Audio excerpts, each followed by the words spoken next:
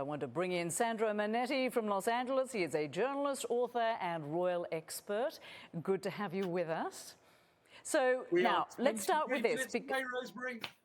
So Harry and Meghan's relationship with the royal family is on public, or will be on public view in this new docuseries. And in the trailer, we hear Harry say, "No one knows the full truth. We know the full truth." And that's why they want to share their side of the story and get it out there. But you don't accept that as their motivation. Why?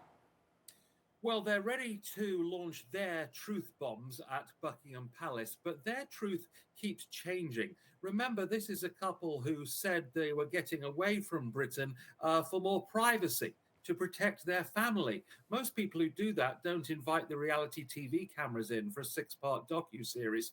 It seems to me the agenda is more to form a for-profit alternative royal family in the United States, you know, almost with their own written constitution. The honors they received at the Kennedy event the other night was part of that. So is this series. So is the book.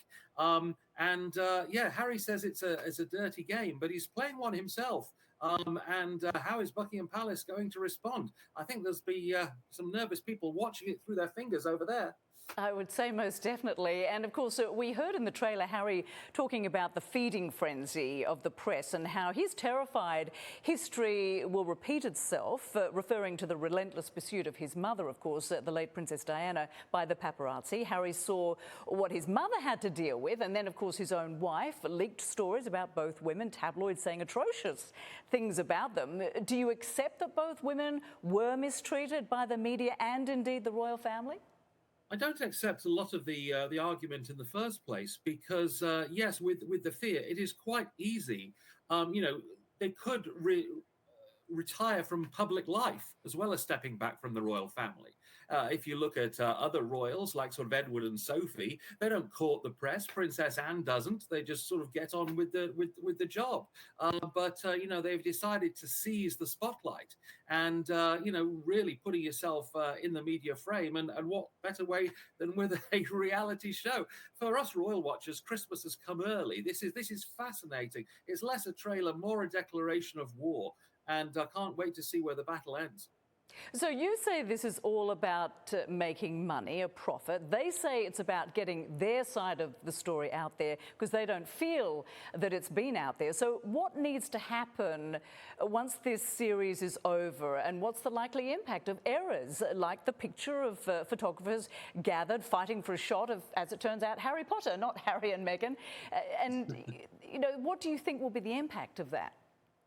Yes. Now, when you're going to attack the press on accuracy and you want to get your own story out there, you can't then have misrepresentations in the trailer because it hurts the credibility. How are we supposed to believe what is being said if we've learned that what's in the trailer is a misrepresentation? Is that going to be the case with the series as well? And as for the point about money, Harry was born to a life of duty and service. And the thing is, all these good deeds, it's a voluntary act. The royals don't get paid to turn up for the opening of hospitals or events.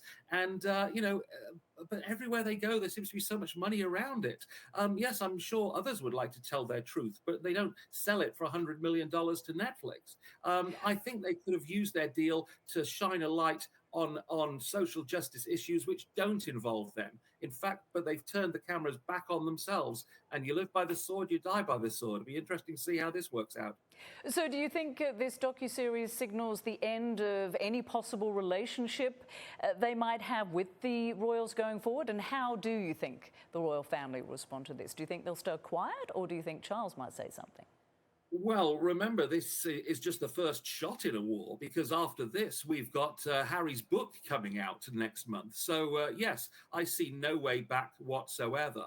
The question is, what fresh revelations? Is there anything left for them to say? We will see, will come out. And if they are damaging, will the palace come up with a swift and firm rebuttal? I mean, there'll be, you know, they're just waking up in Britain at the moment, and yeah, they might be choking into their cereal in a few minutes when the revelations come thick and fast. We will see. They'll be drafting the press release if it's needed, I'm sure.